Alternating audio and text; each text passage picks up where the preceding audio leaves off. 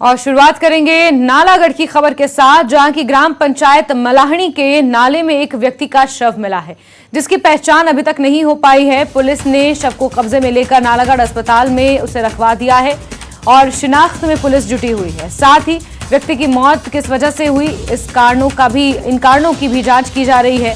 Police 72 घंटे तक शव को नालागढ़ अस्पताल में रखेगी, जिसके बाद पोस्टमार्टम के लिए आईजीएमसी शिमला इस शव को भेजा जाएगा।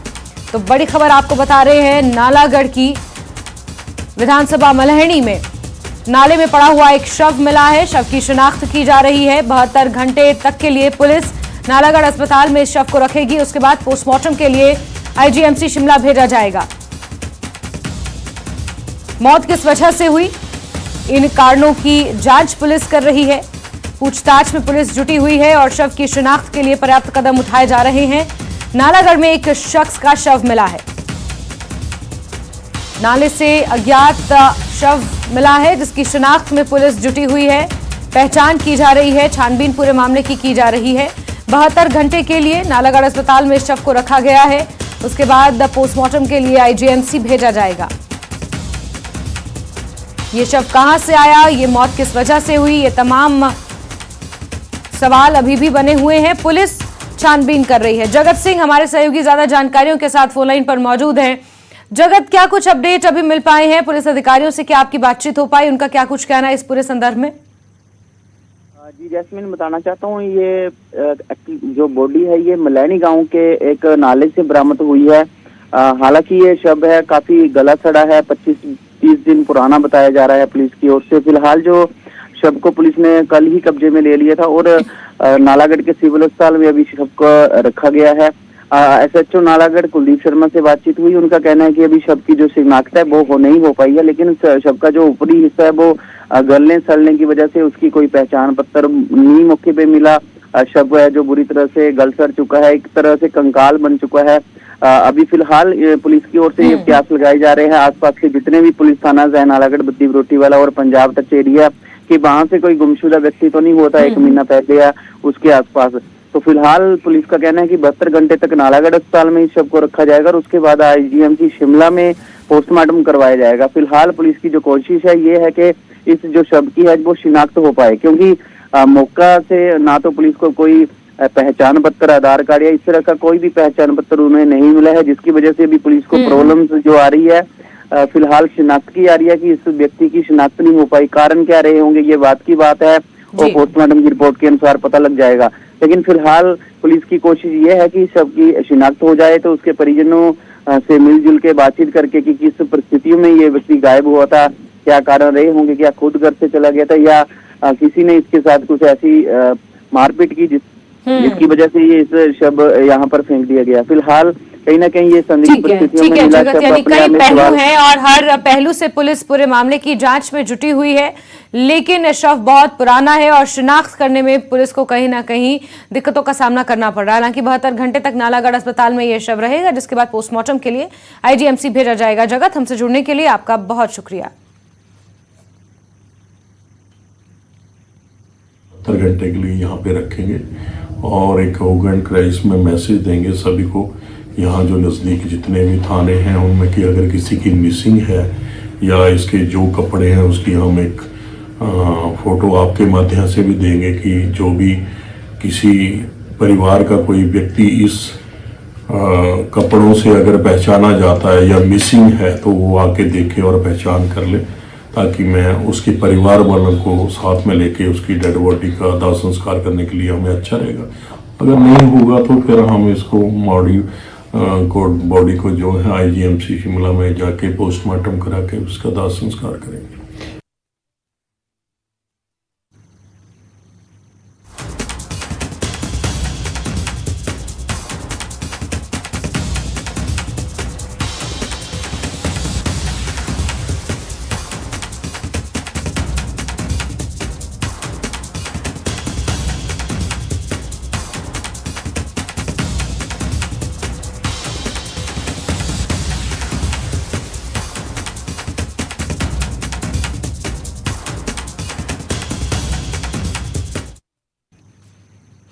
चलिए आगे बढ़ते हैं। सीएम सुक्खू के कांगड़ा दौरे में फेरबदल हुआ है। वो सभी कार्यक्रम रद्द कर शिमला वापस लौट रहे हैं। उनका आज पौंग डैम जाने का कार्यक्रम था जिसे रद्द कर दिया गया है। वहीं रामसर आइलैंड, बटरफ्लाई पार्क, श्रीहीन मंदिर और पंजाब हिमाचल लिंक ब्रिज का भी वो दौरा करने वाले थे। इससे पहले बुधवार को मुख्यमंत्री सुखविंदर सिंह सुक्खू ने फतेहपुर की जनता को करोड़ों रुपए की सौगात दी। मुख्यमंत्री ने जहां सकरी में नवनिर्मित पुल का लोकार्पण किया, वहीं फतेहपुर में 40 लाख रुपए की लागत से बनकर तैयार हुई उठाऊ पेयजल योजना का भी लोकार्पण किया। पेयजल परियोजना से 37 पंचायतों के 70,000 लोगों को फायदा पहुंचेगा। यहां सीएम ने पौंग झील को पर्यटन की दृष्टि से विकसित करने की घोषणा भी की। साथ ही रेहन पुलिस चौकी को भी थाने के तौर पर अपग्रेड करने का ऐलान किया। करोड़ों रुपए की सौगात यहां पर जनता को सीएम ने दी, लेकिन इसके इतर जो भी कार्यक्रम थे आज के लिए उन्हें रद्द कर दिया गया है और अब गगल एयरपोर्ट से सीधे सीएम सुक्खू शिमला के लिए आज रवाना हो रहे हैं। तो सीएम के कांगड़ा दौरे में ये फेरबदल देखने को मिला है। जहां बीते कल बुधवार को फतेहपुर में सीएम सुक्खू ने करोड़ों की सौगात दी, वहीं आज कई जगहों का वो दौरा करने वाले थे। बटरफ्लाई पार्क, पौंग डैम, कई जगह का वो दौरा करने वाले थे, लेकिन ये सभी दौरे आज के लिए रद्द कर दिए गए हैं। रामसर आइलैंड का भी उन्होंने दौरा करना था जिसे रद्द कर दिया गया है और आज ही सीएम सुक्खू कांगड़ा से शिमला वापस लौट आएंगे। गगल एयरपोर्ट से शिमला जाने का कार्यक्रम तय किया गया है। सड़क मार्ग से वो गगल एयरपोर्ट पहुंचेंगे और उसके बाद शिमला वापस लौट आएंगे। मैंने भवानी पठानिया जी से चर्चा की थी और चर्चा करने के बाद जो उन्होंने मांगे रखी थी Rajiv Gandhi neighbourhood school indoor stadium का बेसहारा पशुओं के लिए, उसमें हमने देखा कि ये जेन्युइन है और इसमें हमने उसको घोषणा की है। इस दृष्टिकोण से मैं फतेहपुर में आज आया भी हूँ और यहाँ कैसे टूरिज्म को डेवलप किया जाए उस दृष्टिकोण से भी और चलिए सीधे रुख करेंगे हमारे सहयोगी विचित्र का इसी खबर पर ज्यादा जानकारियों के साथ जुड़ गए हैं। विचित्र, कहने के लिए तो सीएम कांगड़ा के 9 दिनों के दौरे पर आए थे, लेकिन जिस तरीके से 9 दिनों का ये दौरा रहा, कहीं ना कहीं अपने आप में कई सवाल खड़े हो रहे हैं। पहले 2-3 बार दिल्ली चले जाते हैं, उसके चलते कई फेरबदल होते हैं, फिर आज कई कार्यक्रम तय किए गए थे, उसमें भी फेरबदल हो रहा है और सबसे पहले हम आपसे बातचीत कर चुके हैं इसको लेकर। धर्मशाला में जिस तरीके से कार्यक्रम रखे गए थे उनमें भी फेरबदल देखने को मिला। तो कहीं ना कहीं कांगड़ा के दौरे को लेकर एक बहुत बड़ा सवाल अब खड़ा हो रहा है सीएम के इस दौरे का।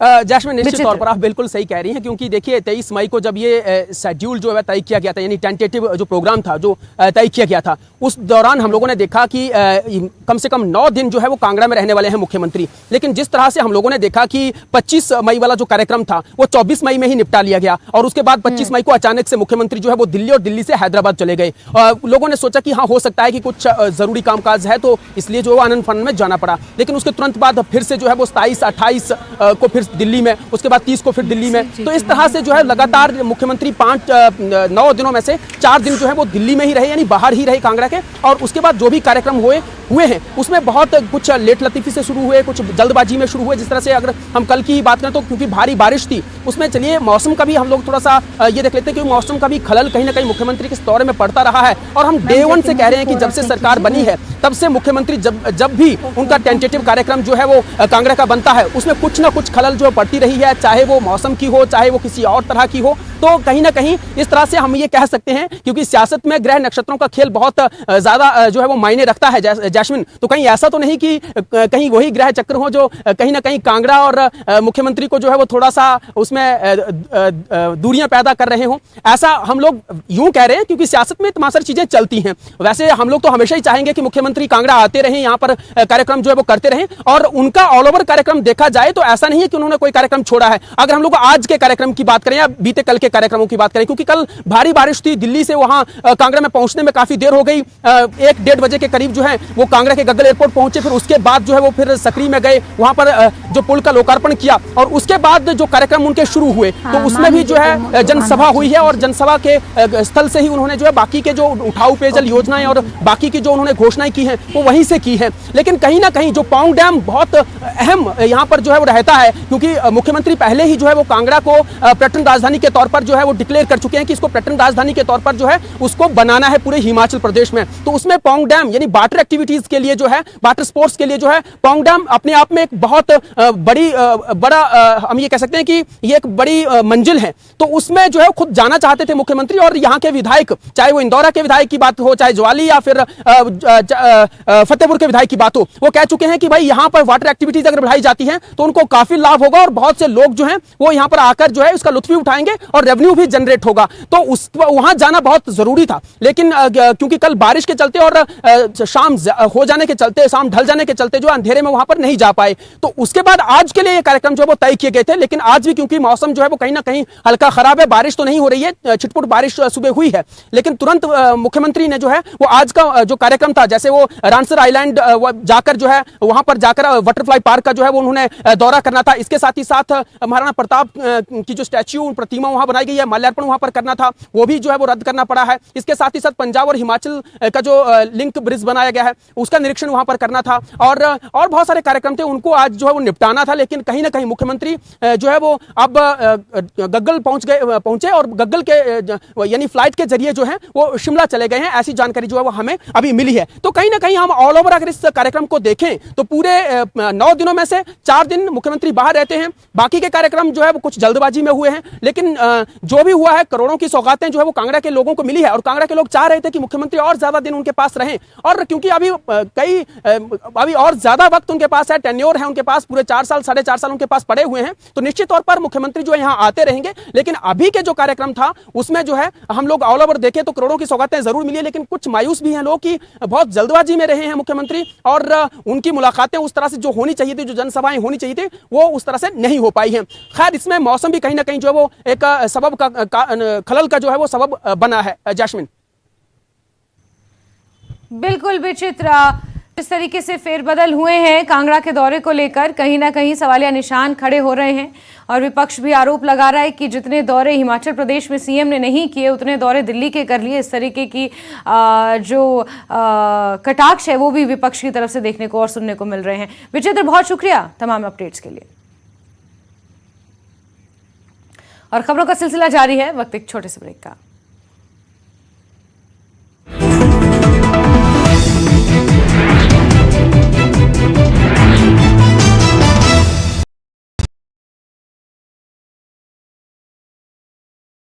कार में मुकेश अग्निहोत्री की कोई भी हसरत पूरी नहीं हो पा रही है, इसलिए वो दिल अभी भरा नहीं गाना गाते फिर रहे हैं।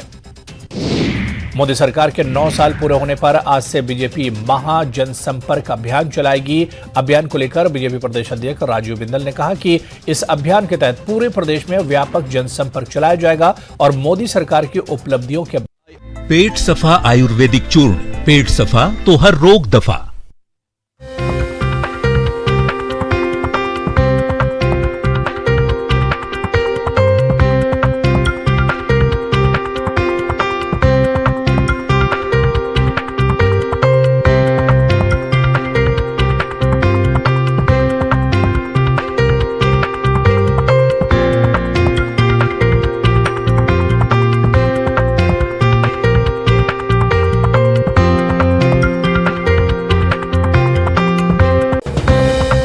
Headlines presented by पेट सफा आयुर्वेदिक चूर्ण, पेट सफा तो हर रोग दफा।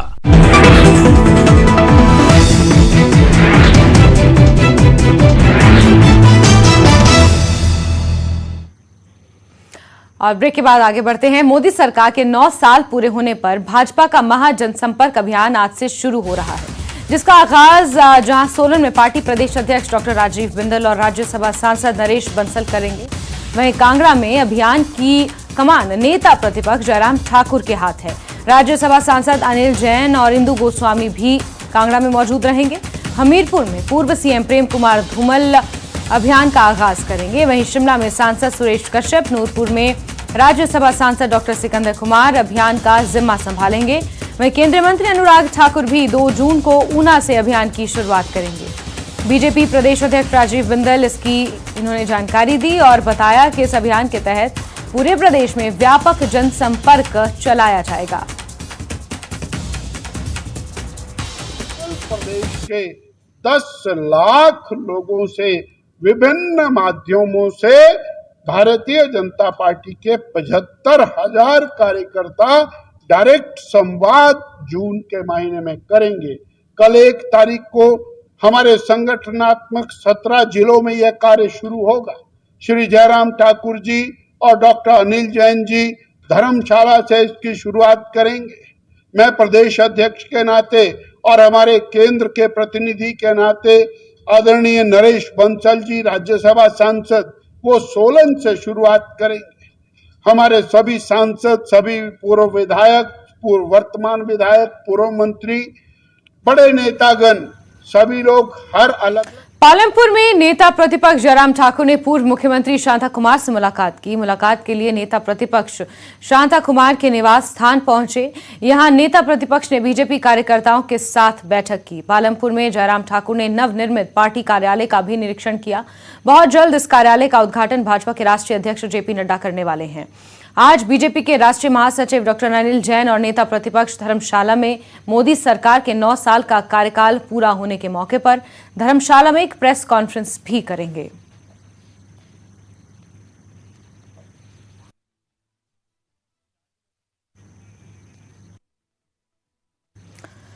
और विचित्र हमारे सहयोगी एक बार फिर से हमारे साथ इसी खबर पर जुड़ गए हैं। विचित्र, पूरे प्रदेश ही नहीं बल्कि पूरे देश में आज से बीजेपी का महाजनसंपर्क अभियान शुरू हो रहा है। और अगर कांगड़ा की बात करें तो कमान राज्यसभा सांसद और नेता प्रतिपक्ष ने खुद अपने हाथों में ली है। और नेता प्रतिपक्ष तो बीते कल से ही कांगड़ा पहुंच चुके हैं। सबसे पहले पालमपुर पहुंचे और आज धर्मशाला में इस अभियान की शुरुआत होनी है। किस तरीके से रहने वाला है आज का पूरा स्केड्यूल और कौन से मुख्य चेहरे इस दौरान नजर आएंगे? विचित्र, देखिए जैस्मिन, इसके 2 पहलू हैं। ये जो संपर्क अभियान शुरू किया जा रहा है, एक तो ये है कि जो भारत की केंद्र सरकार प्रधानमंत्री नरेंद्र मोदी की अगुवाई में जो 9 साल मुकम्मल कर चुकी है, उनके नियत और उनकी नीति को भी प्रेस कॉन्फ्रेंस के माध्यम से केंद्रीय नेता भी और प्रदेश के जो बड़े पदाधिकारी हैं वो जनता तक प्रेस वार्ता की मार्फत जो पहुंचाने की कोशिश करेंगे। दूसरा ये है कि संपर्क से समर्थन अभियान उनका आज से शुरू हो रहा है, जिसको कि महाअभियान का नाम दिया गया है और जिसकी शुरुआत कहीं ना कहीं अगर हम लोग भारतीय जनता पार्टी के प्रदेश अध्यक्ष की बात करें तो वो सोलन से करने वाले हैं। 11 बजे का उनका टेंटेटिव जो कार्यक्रम है वो रखा गया है और डॉक्टर नरेश बंसल जो कि राज्यसभा सदस्य हैं वो दोनों मिलकर जो है वो सोलन से शुरुआत करेंगे। उसके अलावा जो है अगर हम लोग बड़ी डिग्निटीज के तौर पर देखें तो नेता प्रतिपक्ष और पूर्व मुख्यमंत्री जयराम ठाकुर जो हैं और उनके साथ राज्यसभा सदस्य इंदु गोस्वामी और भारतीय जनता पार्टी के राष्ट्रीय महासचिव डॉक्टर अनिल जैन जो हैं वो धर्मशाला से प्रेस वार्ता की मार्फत जो है इसकी शुरुआत करने वाले हैं। और उसके बाद जो है उनका फिर लोगों के जो रसूखदार लोग हैं, जो बुद्धिजीवी लोग हैं, उनके घरों में जाकर जो है इंडिविजुअल तौर पर जो है उनसे मुलाकात करेंगे और फिर उनसे संपर्क करने के साथ साथ समर्थन की बात जो है वो वहां पर करने वाले हैं। तो ऑल ओवर अगर हम लोग देखें जैस्मिन पूरे हिमाचल प्रदेश में तो इसमें जो है वो अलग अलग जगहों पर अलग अलग प्रतिनिधियों की जो ड्यूटी है वो तय की गई है कि कौन शख्सियत जो है वो कहां से भारतीय जनता पार्टी की जो है ये इस संपर्क अभियान को जो है वो शुरू करेगी और प्रधानमंत्री मोदी के 9 साल के कार्यकाल की नियत और नीति को भी जो है वो जनता तक पहुंचाएगी। तो अगर हम लोग शिमला की बात करें तो पूर्व में प्रदेश अध्यक्ष रहे और राज्यसभा सदस्य माफ कीजिएगा लोकसभा सांसद सुरेश कश्यप जो हैं वो शिमला से शुरुआत करने वाले हैं। पूर्व मुख्यमंत्री प्रेम कुमार धूमल हमीरपुर में रहने वाले हैं। इसके अलावा जैसा कि मैंने कहा कि नेता प्रतिपक्ष इंदु गोस्वामी और डॉक्टर अनिल जैन जो है वो धर्मशाला से करने वाले हैं। इनका संगठनात्मक जो जिला नूरपुर है वहां से जो है डॉक्टर सिकंदर जो कि राज्यसभा सदस्य हैं वो नूरपुर से करने वाले हैं। तो कुल मिलाकर हम लोग देखते हैं तो 17 जिलों में आज जो संगठनात्मक जिले हैं हिमाचल प्रदेश में 17 उनमें जो है वो आज शुरुआत होगी और कल से जो है वो फिर से, क्योंकि पूरे जून में जो है पूरे ये जून माह जो है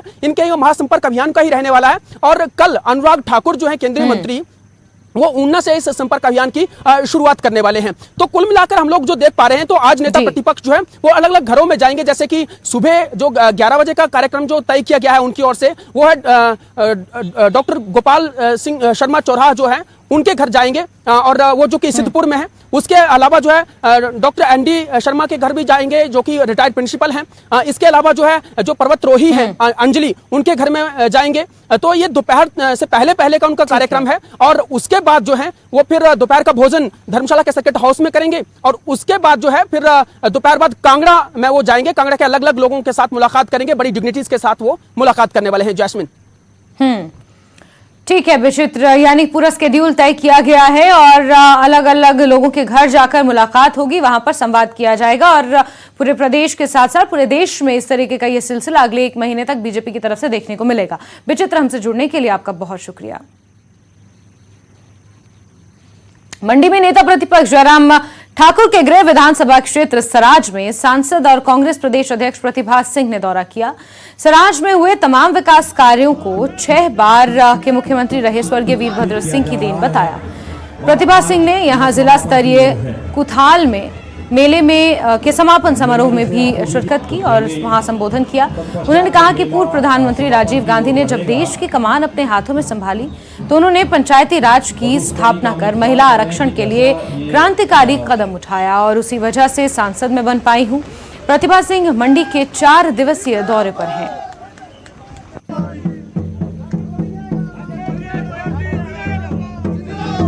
एक स्नेह था, मैं भी साक्षी हूं उसमें कि जब महिलाओं को ज्यादा भागीदारी इन जनसभाओं में नहीं दी जाती थी, महिला बढ़ चढ़ के भाग नहीं लेती थी। हमारे बुजुर्ग थे घर में जो ये कहा करते थे कि महिलाओं का स्थान तो घर में है, चाहे वो बेटी है, चाहे वो बहू है, चाहे वो माँ है, चाहे वो पत्नी है, वो घर का कामकाज देखेगी और घर तक ही सीमित रहेगी। पर हम इस मौके पर मैं स्वर्गीय प्रधानमंत्री जी श्री राजीव गांधी जी का बहुत बहुत आभार व्यक्त करना चाहती हूँ कि जब वो देश के प्रधानमंत्री बने तो उन्होंने हमारी महिलाओं के लिए 50% आरक्षण किया। कितनी महिलाएं हैं जो यहाँ पर आज ग्राम पंचायत की प्रधान है, कितनी महिलाएं हैं जो बीडीसी में है, कितनी महिलाएं जो जिला परिषद में है। ये मौका तब मिला आपको घर से बाहर निकलने का जब कांग्रेस पार्टी ने आपको टिकट दिया। तो इसलिए हम कांग्रेस पार्टी की ये जो हमारे ऊपर उपकार। मनाली से काजा के लिए वाया खोखसर ग्राम्फू कुंजम दर्रा को हल्के वाहनों के लिए खोल दिया गया है। उपायुक्त लाहौल स्पीति राहुल कुमार ने सीमा सड़क संगठन के अधिकारियों और प्रशासनिक अधिकारियों की टीम के साथ संयुक्त निरीक्षण करने के बाद इसका निर्णय लिया। लेकिन इस मार्ग पर पर्यटकों और स्थानीय लोगों की आवाजाही सुबह 8 से 2 बजे तक ही हो सकेगी, जिसमें कुंजम दर्रा शाम 5 बजे तक क्रॉस करना आवश्यक होगा।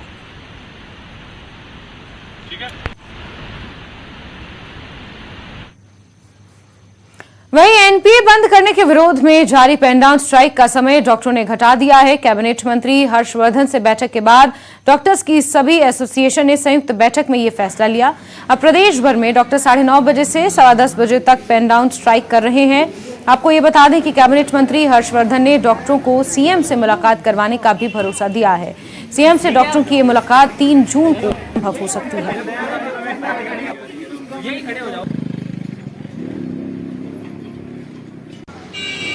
8 महीने हो गए हैं, 8 महीने से हमें हमारा स्टाइफन इंक्रीज स्टाइफन नहीं मिल रहा है। हमारी सरकार से यही गुजारिश है कि जो बच्चे पास आउट हुए हैं और जो पास आउट होने वाले हैं उन्हें उनका एरियर भी दिया जाए और स्टाइफन में भी इंक्रीज किया जाए। क्या लगता है आपको कि आप लोग जैसे एक ही कॉलेज के स्टूडेंट हैं तो ऐसा भेदभाव क्यों किया गया है? कार्य सेम है लेकिन फिर भी भेदभाव किया गया है आपके साथ। ये अक्सर देखा जाता है कि हमें हमारे हक की मांग ऐसे ही करनी पड़ती है। अगर सरकार हमें बराबर ट्रीट करे तो और ऐसा भेदभाव ना करे तो हमें ऐसा कुछ करने की ज़रूरत ना हो। आज 31 मई 2023 को हमारे यहाँ एक बैठक की गई है जिसमें एनपीए को वापस लेने के खिलाफ हमारे बीच में चर्चा की गई है। न केवल एनपीए, हमने सरकार से हमारा स्टाइपेंड 17,000 से बढ़कर 20,000 करने की मांग भी की थी, जिसके लिए हमें सरकार ने आश्वासन दिया था कि वे हमारा स्टाइपेंड बढ़ाएंगे, पर आज तक इस विषय पर भी कोई चर्चा नहीं की गई है। तो हम सरकार से निवेदन करते हैं कि इस दोहरी मार से हमें बचाएं, हमारा स्टाइपेंड मेडिकल स्टूडेंट्स की तरह ही 20,000 किया जाए और एनपीए को वापस लिया। और इसी के साथ नमस्ते हिमाचल में आज के लिए बस इतना ही, लेकिन हिमाचल प्रदेश की तमाम महत्वपूर्ण खबरों के लिए आप जुड़े रहिए न्यूज़ 18 JKLH के साथ। नमस्कार।